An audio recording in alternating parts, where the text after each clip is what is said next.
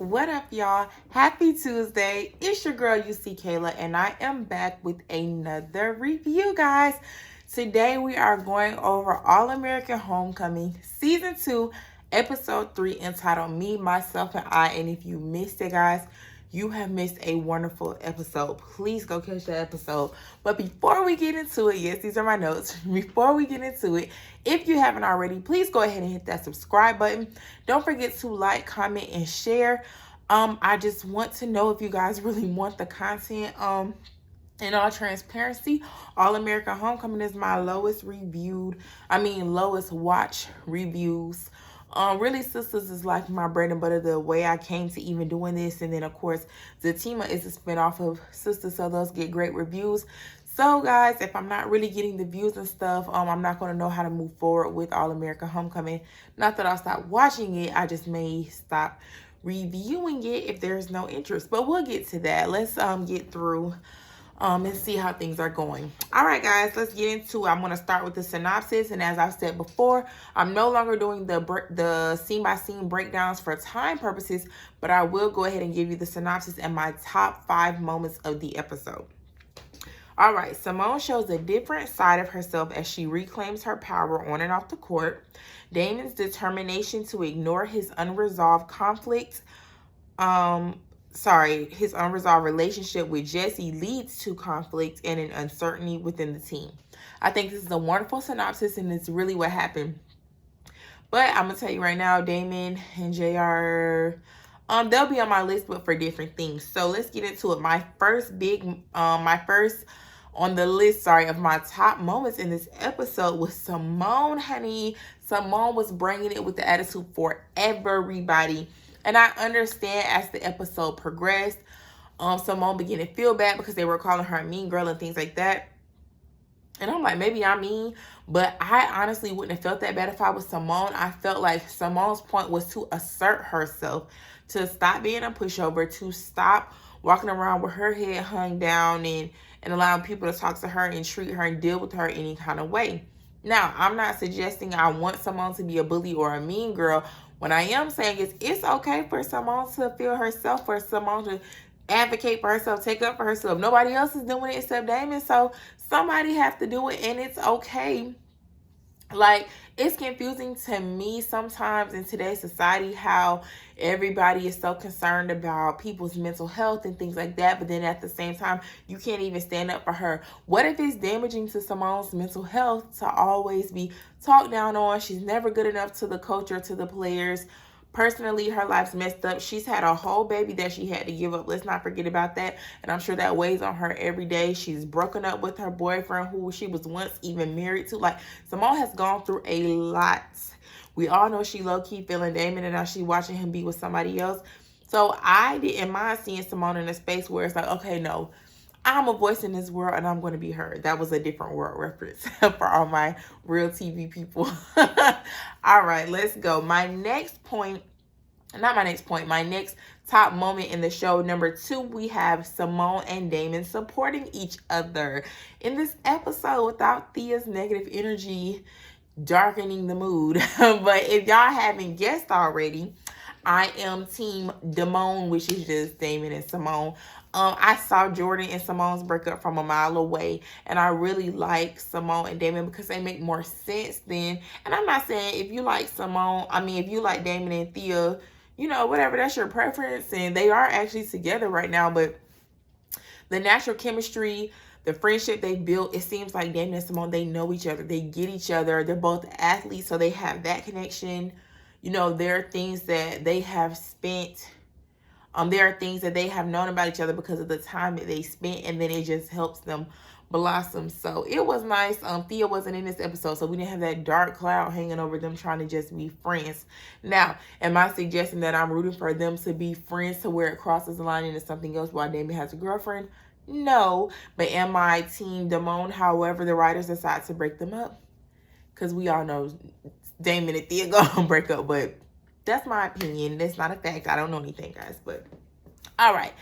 Number 3 on my list is Zeke and Amara, and then Zeke and Cam, baby. Zeke was everything this episode, was he not? So let's get into Zeke and Cam first. So if y'all don't remember, Zeke is Keisha's dad, right? So when Zeke first met Cam, Keisha was on Cam's lap with her legs wrapped around him in his house when he wasn't even supposed to be there. So they've come a long way from that to Zeke actually supporting Cam, seeing the issues he's having with his father, recognizing the patterns in Cam's father that he had in himself, and trying to help Cam as a man more than just as his daughter's boyfriend. And I thought it was wonderful. And it'll be great to see them get close because Keisha doesn't have her mother anymore. So I know it's very important to her for whoever she end up with to be close to her father, because, you know, that's the ultimate say-so of, like, my parents' approval, because she just has one parent at this point. So I thought that was beautiful, and I thought it was noble and wonderful to see how far Zeke has come. Then we have Zeke and Amara. And I tweeted this. If you're not following me on Twitter, I'm at that girl Kayla D. You'll see it'll still say you see Kayla TV. But Zeke and Amara, I tweeted this like, okay, I'm here for Zeke and Amara. Because, like, initially I was, you know, Amara and Marcus. But it's just like Marcus definitely needs some time to work on himself, to get stable, to get his health issues under control, his mental health issues under control. He needs time to figure things out. Marcus also had like 20 years to figure out what he wanted to do with Amara. He basically left her over what seemed to be a misunderstanding, and then when she went to address it, it never was really like rectified. And I think that intimate moment that they shared in season 1, it might have just been closure for Amara. Like, okay, closure from the past. Some old feelings may have erupted, but it's not necessarily going anywhere. So I was cool. I'm cool with Amara and Zeke. I actually enjoyed. They both deserve, you know, that love. And his wife has passed on, and Amara is not with anybody. They deserve that. You know, I thought it was laughable that, what was her ex-student's name, Ralph or whatever. I was like, child, now they can do better for Amara than this. That's why I was so Amara and Marcus. But if they're going to put somebody like Zeke up to the plate, okay, Marcus, you can take a back seat. So you figure out what you want to do. Do you want to claim her for real? You still worried about a sister? Like, what? You got a lot going on. But I do like Marcus. I just don't like Marcus for Amara right now, considering everything. All right, y'all. Number 4. Sorry that took so long. Number 4 was JR. JR's closure with his ex, and then JR and Gabby. So let's start with JR's closure with his ex. I thought it was wonderful. He definitely owed her that apology about the way he had treated her and spoken to her beyond just what, like, it alludes to in the show, what we even saw in season 1. He owed her that apology. So it was good to see, because when you change, you can't just say, oh, I've changed, but you don't go back and make amends to the people that you've done wrong. So I'm glad to see him do that. However, I will say JR misinterpreted, okay, his ex's intentions. Like, okay, yeah, thank you for the apology. We cool. She even gave him a kiss, but it's just like, he was like, oh, okay, so what you doing later? Like, you want to come to my game? And she was like, nah, boo, this was closure. I'll see you around. And I'm not really mad at her from that. Sometimes you can't piece something back together. You know, once something is broken, even if you super glue it, all the little tiny pieces back, it's still cracked. It's fragile. It's still broken. And she wasn't willing to, and I'm not mad at her for that, because then we also had, pivoting over, JR and Gabby, and I thought they were very cute. You know, JR could use a fresh start. They're both engineers.